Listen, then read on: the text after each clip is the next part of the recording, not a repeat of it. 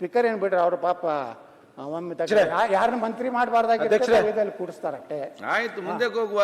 ಅದಕ್ಕೆ ಅಧ್ಯಕ್ಷರೇ ನಾ ಹೇಳುವುದೇನಂದ್ರೆ ಎಲ್ಲ ನಮ್ಮ ಪಾರ್ಟಿಯಾಗೂ ಹಂಗೆ ಅಧ್ಯಕ್ಷರೇ, ಯಾರನ್ನಾರೇ ಮಂತ್ರಿ ಮಾಡಬಾರ್ದು ಅಂತಂದ್ರೆ ಸ್ಪೀಕರ್ ಮಾಡಿ. ಈಗ ಉತ್ತರ ಕರ್ನಾಟಕ ಬಗ್ಗೆ ಚರ್ಚೆ ಮಾಡುವ.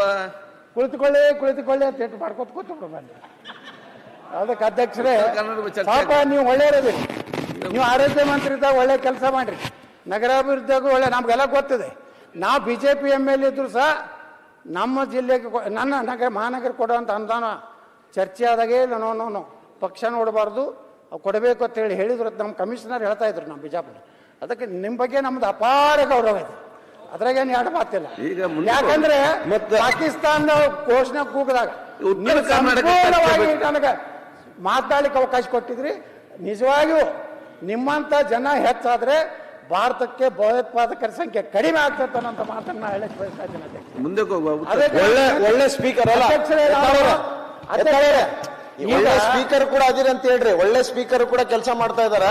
ಯಾರು ಇನ್ಮೇಲೆ ಅವ್ರ ಬಗ್ಗೆ ಅಪಸ್ವರ ಎತ್ಬೇಡ್ರಿ. ಆ ಕಡೆ ಹೆಚ್ಚಿಗೆ ಒತ್ತು ಕೊಡ್ತೀರಿ, ಈ ಕಡೆ ಹೆಚ್ಚಿಗೆ ಪ್ರಸಾದ ಅಧಿಕಾರ ಕೊಟ್ರ ಕಾಂಗ್ರೆಸ್ ಪಾರ್ಟಿ. ಉತ್ತರ ಕರ್ನಾಟಕ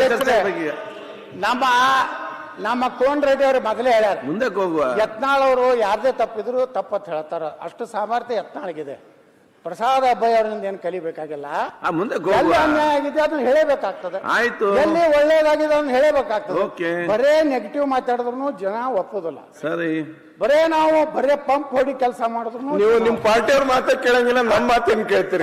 ಹೋಗಲಿ ಒಂದ ಸೂಲಿ ಕೇರಿಸಿದಾರೆ ಕೂಡಲ ಸಂಗಮ ಅನ್ನಂಗ ದಿನ ಪಂಪ್ ಹೊಡಿ ಮಂದಿ ಮಾಡ್ತಿರ್ತಾರೆ.